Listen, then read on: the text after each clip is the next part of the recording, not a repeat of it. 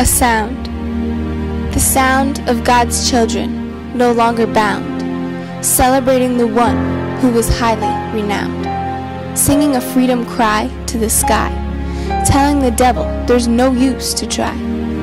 I'm now free and on fire. My calling is higher. He's transformed me, and now he is all I desire. Here I had an encounter, but when I'm at home where there's no altar, that's the place where I always seem to falter. I've got to renew it to the one who knew I'd need it. It's not a religion, it's a relationship.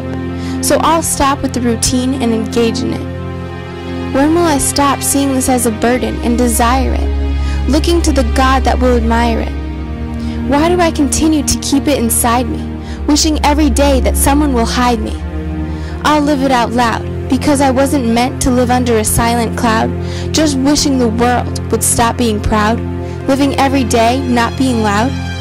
Let me shout it to the public, making my faith authentic.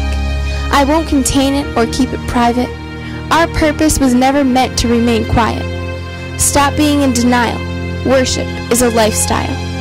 So let's live it out loud, expecting everyone to hear, giving them hope and taking away fear. It's the promotion of passion that we're pushing. Abandon your own desire and let his love consume you like a fire. Don't push him away. Instead, look to seek him each day.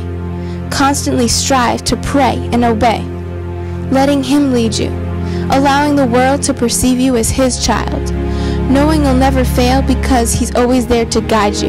From beginning to end, he'll be there beside you. Chase after him. He's already coming after you, looking to renew when you thought you were through. Don't underestimate the power he put inside you. Open your heart and let him revive you.